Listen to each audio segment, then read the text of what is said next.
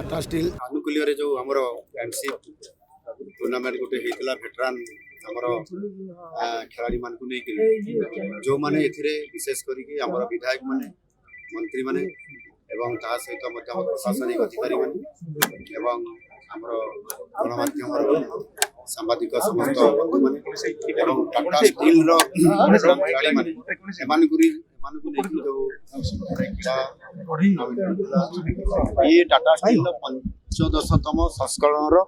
ए वर्ष चलित वर्षर ये टूर्नामेंट यह निश्चित भाव में गोटे सुसंपर्क प्रतिष्ठा करने एवं ताहा सहित मध्य गोटे सुस्थ वातावरण भितर हेल्थ इज वेल्थ ये आधार रे सुस्थ वातावरण भितर एवं समस्त स्वास्थ्य केमती भल रहिबो ये गोटे संदेश समस्त को देवाई एवं परस्पर भितर एठी प्रशासनिक अधिकारी विधायक माने मंत्री माने एवं तांको सहित मध्य आपनकर गणमाध्यम समस्त सहित गोटे सुसंपर्क प्रतिष्ठा करिबा ता द्वारा समाज को गोटे भल संदेश देवा